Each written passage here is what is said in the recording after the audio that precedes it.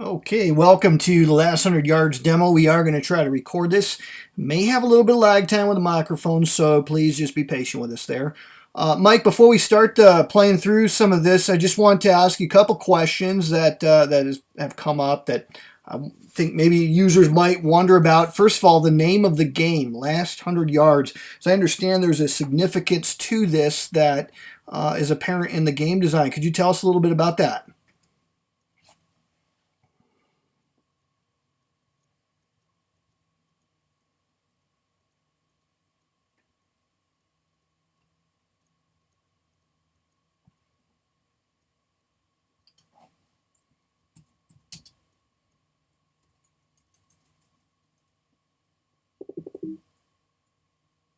I don't know if he heard me. Hey, Mike, did you get that question?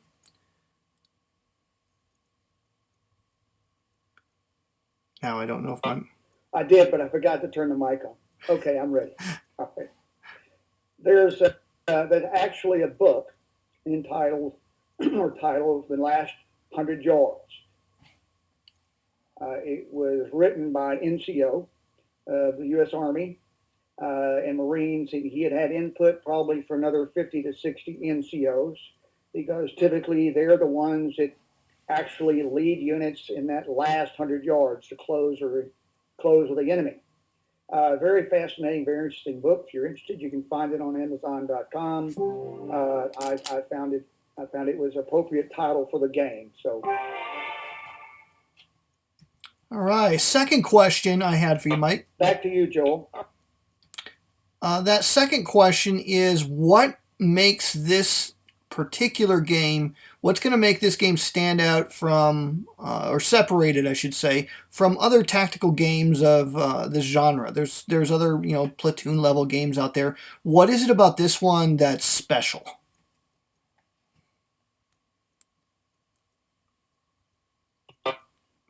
Well, that's a tough question, Joel. Yeah, I didn't ask an easy one there, did I? It's it's an attempt in a board game to model simultaneous actions. It's easy to do in a computer, but it's very difficult on a board game. So several of the mechanics that have been employed to do so, I didn't make them unique. They just to model what I wanted to model, they had to be unique. The fire system is fairly unique. The action and reaction. Uh, this game is not necessarily fair. When I say fair, generally in a game turn, only the player winning the initiative gets a full game turn, the or full player turn. The other player only may react, and it's limited generally. So it's about managing chaos, and that's my best answer at this moment without a little more preparation. Back to you. Yeah, you know what? I actually like that answer, and I'm sorry to ambush you with that. That was just something that I wanted to kind of hear the designers say. It's always been a tough question for me to answer in dealing with my own game designs, but that's really interesting. That's kind of what stood out to me in the demo last time 2 weeks ago was the simultaneity. I'm glad you mentioned that in your answer there. So, all right, go ahead and show us a little bit about the game here.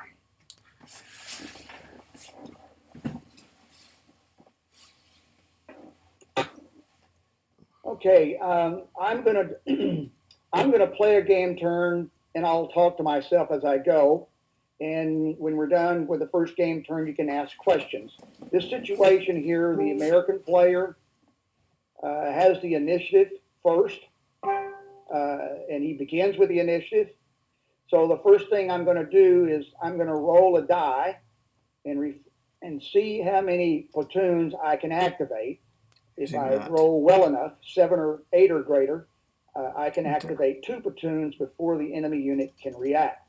So I'm now going to roll that die. I rolled a Ouch. 1, so I was unsuccessful in coordinating my attack. So each platoon will activate individually. So I'm going to activate the second platoon, and we're going to move the second platoon as a group. And we're going to move to D12, D11. They have 3 movement points. Each D12 is 1, D11 is 1, so I'm not going to have enough. I'm not going to have enough movement points to enter the woods, but we're going to move into the hex D11. And we're going to now ask for a call for reaction from the enemy player. He didn't see anything transpire, so we'll now do the first platoon. But first off, I'm going to talk about elevations here, or what in commonly game terms blind hexes.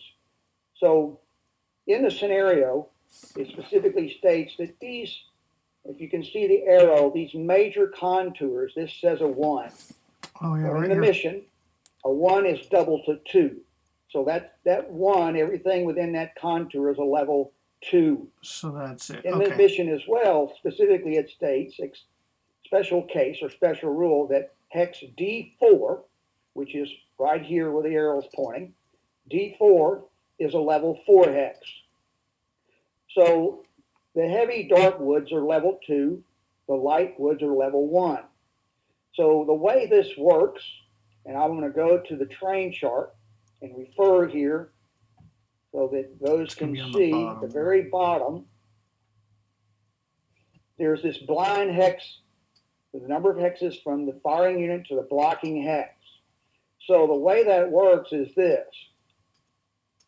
I'm going to move this to the side. So I have a unit in D4. He's on the 4th level elevation. He's looking over these woods trying to see the second platoon, and the woods are 2 levels. So the level difference is 2. So under the column, or we're going down to row 2, I'm sorry, the row. So now we're going to count the number of hexes to the blind hex, or at least, I say blind, to the last hex of the blocking terrain, which is D5, 6, 7, 8, 9, 10. So it's 1, 2, 3, 4, 5, 6 hexes to the blocking terrain. So we're on level 2. We now go to row column 6, and you cross-reference that to level 2, so it says there's 2 blind hexes there. So this is how you deal with elevations in the last 100 yards relative to blind hexes and what can be seen. So as a result, we'll note here that the blind hexes are going to be D11 and D12. So he was not able to see, and he cannot see that person in the last hex. So back to the game, the Germans choose not to react, mainly because they didn't see anything to react to. So I'm now going to activate the first platoon. And I'm going to move, let's see here. I'm going to move the whole platoon, 1, 2, 3. We won't move them all, I take that back. I'm going to move 1, 2. This is as far as this gentleman can go because it costs a half a movement point to cross a major contour. I'm going to move the next squad, 1, 2, 3. And then with Murphy, I'm going to go into the other hex in J12. So I have Murphy and 2 squads in J12. I have another squad in J11. So the first, and it's going to activate the second, or the machine gun section, which started adjacent to first platoon. So they're going to activate together. Units can move a minimal. On the activation, when you're the active player, you either have 3 movement points or 2 hexes, whichever is greater. So I'm moving the machine gun to the wood line. So he moves 2 hexes. So he's in the dark woods or heavy woods in C11. Now I'm going to call for reaction from the German player. So let's see if the German can see anything. We're going to run a line of sight here. Oh, I'll try it again. I can activate the game correctly. All right, so you can see the line of sight marker. That's a clear shot. It doesn't cross the major contour. The minor contours are not going to matter because it's at a higher elevation. So 1, 2, 3, 4, 5, 6. The range for this unit is only 8. So it's out of range. So he's not going to take his shot. So at this moment, that is the end of turn 1. So at the end of the game turn, we're going to go to the time track, and I'm going to roll a die to determine how much time has lapsed. Okay? So we rolled a 9, which is unfortunate for the attacker because it took 5 minutes to move to that position. So that is the end of the game turn 1. This mission plays fairly quickly. So I'll now take any questions. Hey, Mike, there was a couple questions up there earlier. I think the key one is from Jeff. Free line of sight checks. Do you have to? Some of us are ASL players where you have to declare fire in order to do a line of sight check. Like if I do a line of sight check, am I committed to fire or am I allowed to do that?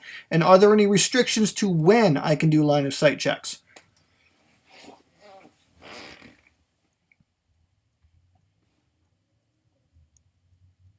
don't know if he heard me. I think my mic was on.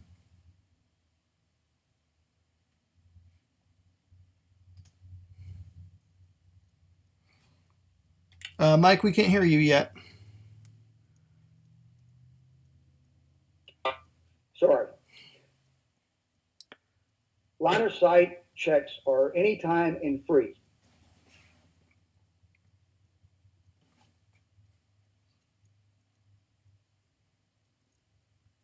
I had a question about half hexes. Are they playable? That helpful? I had a question about half hexes. Are they? The half hexes are playable generally. If sometimes a mission special rule will not allow the half hex, but unless there's a mission special rule, you can employ the half hex.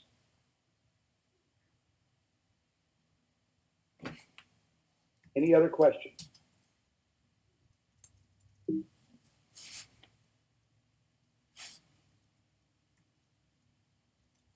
All right, if there's no more questions, Joe, we'll proceed to turn 2. Everybody ready? Yep. I can't hear anybody.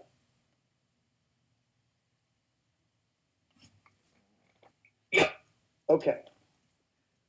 All right, so the first thing in the sequence of play is we're going to check for initiative. Now, so I'm going to the game track. So the American player, the Allied player, the American, had the initiative on the previous turn. The mission special rule states that he has a +2 on his die roll. So I'm going to roll the 4 die here, and the first 2 are going to count. So the first die is going to be for the American player. The second die is going to be for the German player. So the American player is a 6 + 2 is an 8. And the German is a 2, so the American maintains the initiative. So the second thing we're going to do is I'm going to try and do a combined action or a coordinated effort. So I need to roll 1 die, and I roll a 5, and that chart can be found on the game track in the lower right-hand corner for the combined activation table. I rolled a 5, so I was unsuccessful again in coordinating my attack, so we're now going to activate 1 platoon at a time. So I'm going to choose to activate the 1st platoon, and the machine gun in the hill is going to activate with the 1st platoon because it is closest to the 1st platoon. So the first thing I'm going to do with the machine gun is I'm going to fire. I'm going to fire at the unit in D4. So the range is 1, 2, 3, 4, 5, 6, 7, 8. The range on this machine gun is a 10. So that's going to be a long range shot. And that can be determined or shown here, wrong chart, on the CRT at the bottom on the left. On a 10 range, you can see the weapon range DRM adjustment table. On a range of 10, 8 to 10 is long range, so it's going to be a -2. So I'm a 1, I'm a -2 for the range, and I'm going to pay another -2 for the foxhole. So that's a net of -4. So it's 1 minus 4 is going to be a net of -3. So I'm going to place a -3 marker on this unit. Bear with me 1 second. And that's a Control Z. So the summation of the fire for this game turn for the machine gun unit is a -3. So the machine gun unit he's been activated. So now I'm going to move the first platoon. Second squad of first platoon is going to move to J10, J9, and J8. The other 2 squads with the leader is going to move 1, 2, 3 into I-10.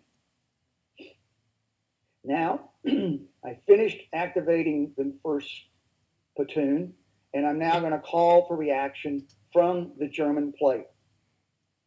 Hey, Mike, I got a question. 1, 2, 3, 4. Let's see. I'm going to look and check the range. Man, we're getting a terrible lag. For their German player. Hey, Mike, I got a question. Go ahead. Okay, line of sight. When you're doing line of sight from the machine gun to hex D4, why does the woods in G10 not block that?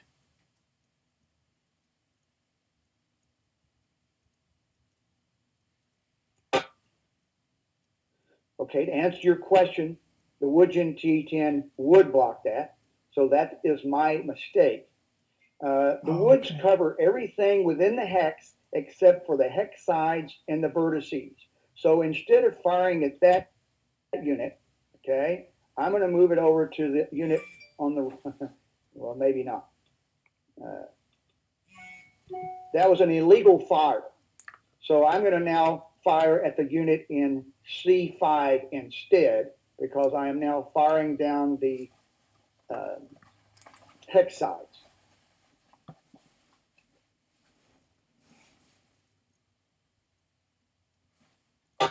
Was that helpful? Yes, sir. Thank you.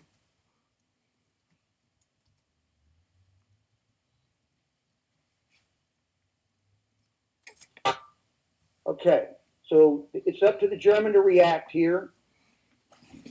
1, 2, 3, 4, 5, 6, 7.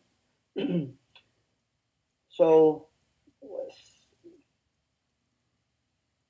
I don't think there's any German unit that can see in J10 at this juncture.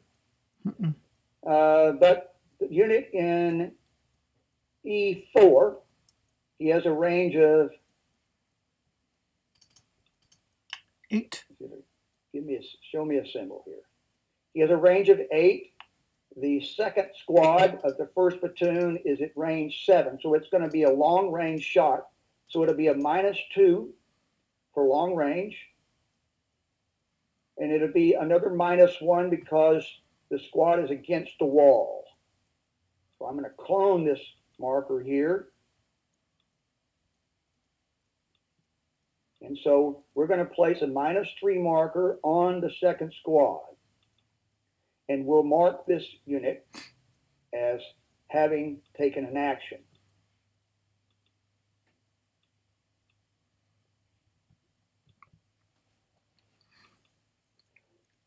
Mike, there's another German question still for has you. his mortar to use, but he's waiting for a better target at this juncture. Mike, there's another question.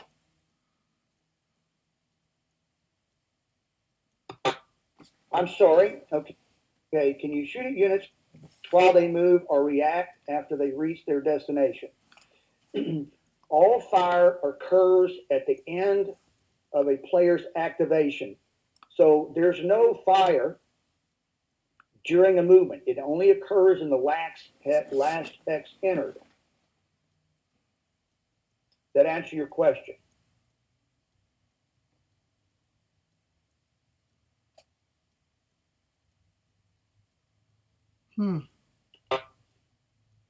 Yes, in this particular case, in the first platoon, I moved all my units and fired the machine gun. When I am complete with the activation of the first platoon, I then call for reaction from the German player. At that time, he can fire at any of the units in the hex that they ended their movement. Is that helpful?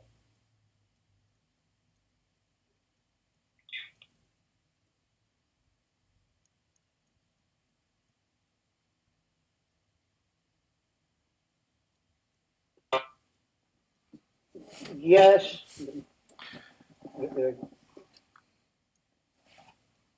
Yes and no. Most tactical games, the units can move further. They have a greater amount of movement points. I've specifically decreased the movement allowance to break the game up in, or the turn into much smaller segments. So if, for example, I give you, say you're an ASL player and you could fire at a unit in every hex. And let's say they're, just for example's sake, it's a 10% chance in each hex. So you fire at him 4 times. My units don't move as far, number one. And number two, I take into account the summation of the fire. So if you fired at a unit 3 times with a 10% chance, that's probably equivalent to a 45% chance on a single die roll. So it saves die rolls. It pretty much is the same identical number as far as fire effect. It moves the game much faster, the less die rolls, and in all games too, everybody has a God effect. It seems that everybody is looking at the right place at the right time. At 500 meters away or 7, that's 350 to 400 meters away. The question is, Yeah. did the German unit see him as soon as he moved out, or did he pause to fire? Was he looking at somewhere else? So I try and cover a lot of different aspects. But I find that the systems work really well. You're going to get the same effect whether you fire 3 times at 10% or 1 time at 30%. Bingo. Chris is curious. Maybe this represents that they are sprinting or short burst.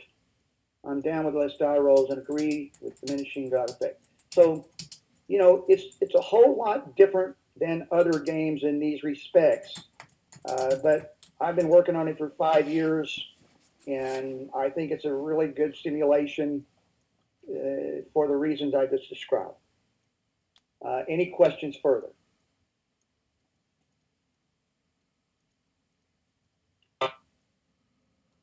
Bottom line is I get the same result. It just plays much faster, and it's divided into a lot smaller segments. And by the time I get there moving 3 movement points at a time, you'll get plenty of shots at it. Okay. All right, so I'm going to move on here. So that's all that the German has decided to do at this time. And so now I'm going to move on to the second platoon. I'm limited in time, so I'm gonna try and rush this position here. So I'm going to send the the third squad, he's going to go E11, E10, E9. That's 3 movement points there. Okay. I'm going to send another squad around the other side. 1, 2, 3. He'll be in B9. I'm going to send the leader with that unit. And I'm sending another squad with that unit. Actually, I'm not. I'm going to move this squad. Yeah, put him in the woods. I'm going to move the other squad into the woods because he has a minimum of 2 hex move. So Sherry and the second platoon are going to try and rush the German player. So now I'm going to call for reaction from the German player. The German half squad, or we're going to call them sections, in C5 that has the green marker on it is suppressed. So he's going to have his firepower reduced by 1 because he's under fire. His range is an 8. The range to Lieutenant Cherry is 1, 2, 3, 4, 5. So that's going to be mid-range. So he's -1 because he's suppressed, another -1 for range. So it's a net -2.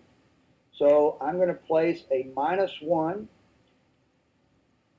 marker on Mr. Cherry here. Let's see. Oh, let me see here. 80. Okay.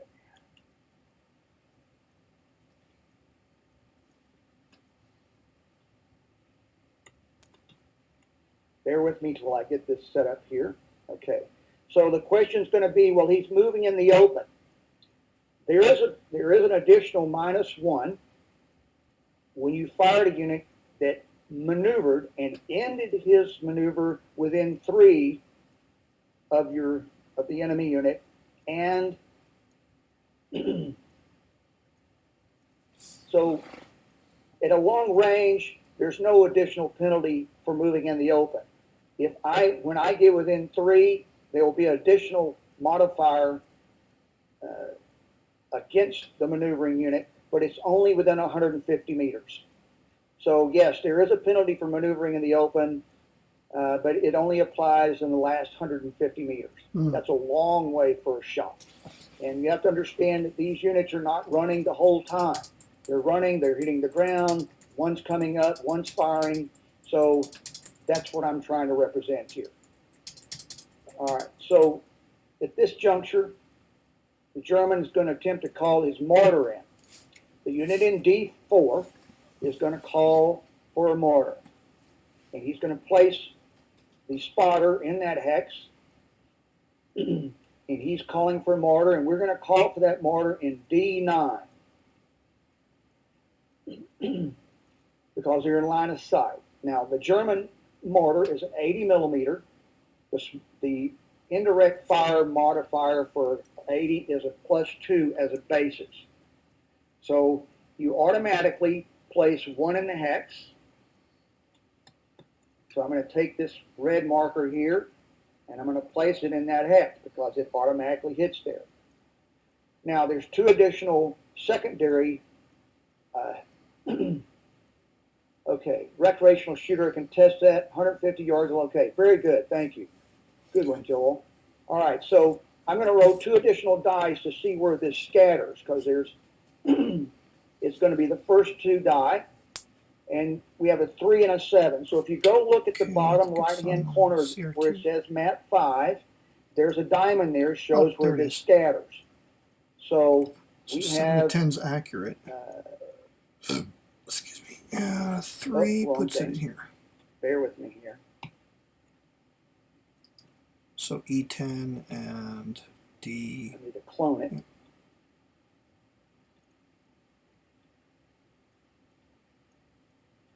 So on 7, we have an additional one in the hex. So we have the original and the second one in the hex. So it's a good shoot there. And we had one that drifted into hex 3. Okay, so it was an overshoot, so it lands in hex 10. Excuse me. the now German section in E4 is going to fire at the third squad of the second platoon that's in hex E9. It's a range of 1, 2, 3, 4, 5. Again, it's going to be mid-range, which is a -1, but he's not within 3. So his main firepower there is a 1, and we're going to subtract 1 for range. So it's going to be a net of a 0. So we're going to take, I'll clone this here.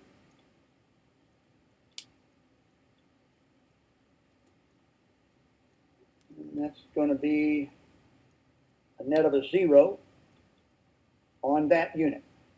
So that's all the German players at this juncture is going to do in regards to reaction. And technically, he's now going to call for reaction from the American player. But the American player has no further units that haven't been activated, and so he's going to now, so he has no reaction. It's possible that the American player had chosen not to maybe activate one of his squads. And after the German player reacts, then he could call for the American player to react. At that time, the American player then could activate the squad that had not been activated, but it would be a reaction, which would have a restricted movement versus if he had done it as the active or an activation. So we'll now, everybody's finished with the activation phase. The next phase would be fire resolution. So I'm going to start at the top in J8. The cohesion of this unit is a 6. What's that And number we're there? going to roll a single die roll, and it's an 8. So we have an 8. It's a red number. It's a -3. 8 minus 3 is a 5. So in that particular case, there's a miss. There's no effect. It has to be greater than equal. I'm going to have to start. It has to be greater than the 6 in the cohesion. I'm now going to resolve the one in E9, which is the gentleman on the road, 3rd squad, 2nd platoon. I'll roll again. It's a base of a 0. He rolled an 8. So an 8 plus 0 is an 8. It's greater than the cohesion. So that unit is going to disrupt.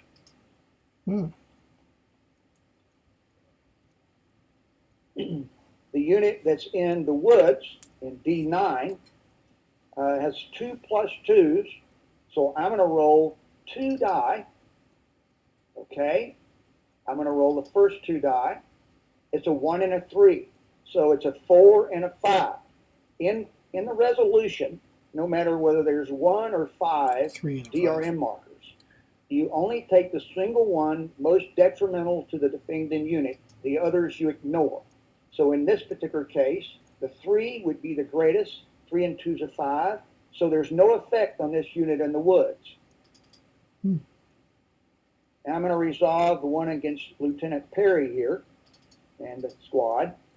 So because Mr. Perry is in the hex with the squad and Mr. Cherry's cohesion is greater than the cohesion of the squad, he will help him in this attack. So I'm going to roll a die here, and it's going to be a -1. So it's a 9 minus 1 is an 8. Mr. Cherry could not convince the squad not to break. And so the squad disrupts. So we'll flip him over. Because the squad disrupted, now Mr. Cherry will have to take a check as well. So I'm now going to roll another die, and it's a 10. So Mr. Cherry decided he didn't like that fire coming that direction either, so he is disrupted as well.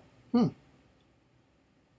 little more violent. I'm now going to resolve the fire against the German unit that's in C5. It's a -3, and we'll roll a die. The 7 minus 3 is a 4. The German cohesion is a 6, so there's no effect there. So that ends the fire resolution phase. There's no there's no assault because no one's in the enemy hex. So the next decision here would be cleanup phase. So the German player has a choice here. He can attempt to extend the fire. To do so, he would have to roll a 5 or less to be successful to extend this fire. Okay? He does have the option to move it 2 hexes, but he's going to attempt to bring it in again and continue the fire in the same target axe. You can only continue the fire one time. So he has to have a 5 or less. We'll roll a die. Oh, wrong chart. We'll roll a die here. It's a 9. So the German mortar to extend the extension roll was unsuccessful. So at this moment, the spotter and the mortar goes away, and they actually go to the game track where it says mortar support pending. And at the end of the next game turn, they will have it, they can roll, and if you'll note here on this chart, if they roll for an 80 millimeter, if they roll a 4 or less, then the battery is active and it can be used again. Okay. So That's now good. I'm going to roll the die to see how much time has lapsed. We roll a 6. So you look at the time lapse chart, that's 4 another minutes. 4 minutes. Americans not doing too well on time. So we're now at 9 minutes at this juncture, and he's still got a long way to go. So at the end of turn 2, 9 minutes has elapsed. We've got, looks like the second platoon is pretty much in trouble. So hopefully the first platoon can make up the ground.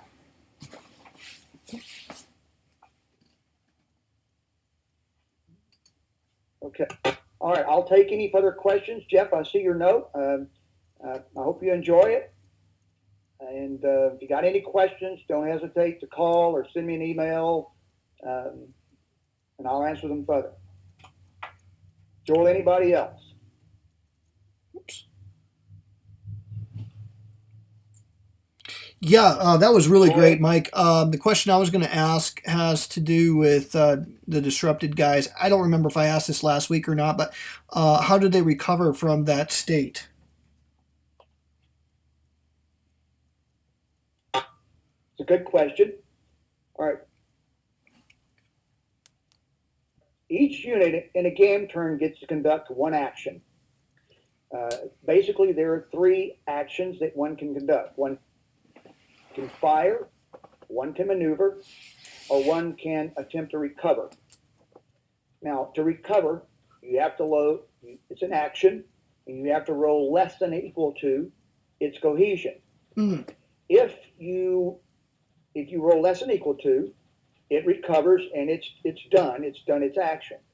But if you're recovering, if you roll a 1, I call it battle hardened, but all that means is not only do you recover, you actually get to conduct an action. Ah. Also, in a recovery roll, if you roll a 10, you become heroic. You not only recover, but you immediately rush and charge the nearest enemy unit, and your cohesion now, instead of a 6, is an 8. Any further questions? All right. Mike, I see you have a question. Can units react more than once per turn? For instance, could the Germans shoot at different units in a different reaction? Mike, no. Every unit gets one action per game turn, and it may come as an activation as an active unit, or it may come as a result of a reaction. So what I'm representing here, because I'm trying to compress time, and that's another reason the units don't move very far, is that the premise here is that if I'm firing at a unit, I'm firing and following that unit during the course of the turn. It's possible that I can fire, say, for example, I fired at the 2nd Squad 1st Platoon up here, and he hasn't activated. Actually, if he moves, he just takes it with him. So what that means, well, I can make it here. In an example here, they would move, well, I can't get it to move together. But my point being, if I got fired on, the enemy unit is tracking me the whole time. So to answer your question, it's you can only fire at one unit, and in a either activation or reaction.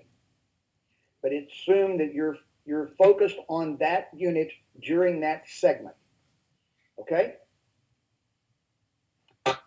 Any more questions?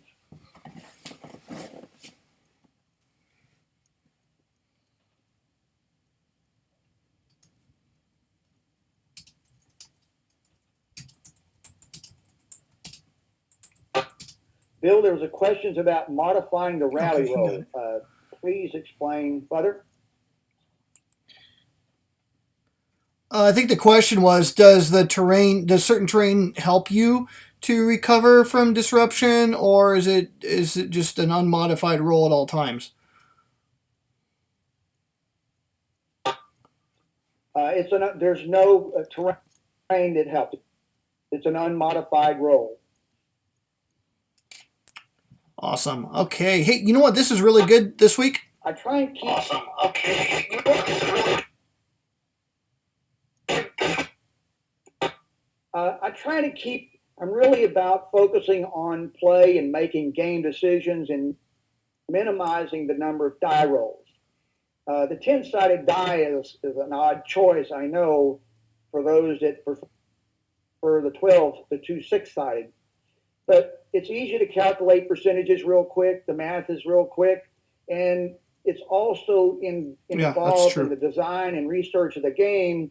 You know, it's much easier to not only look and find your data, but get a feel for, you know, okay, is it 20% chance that this guy's going to be hit coming across the open, or a 30%? So it's been easier in design as well, but I do want to keep it simple in that respect. So are we ready to move to the next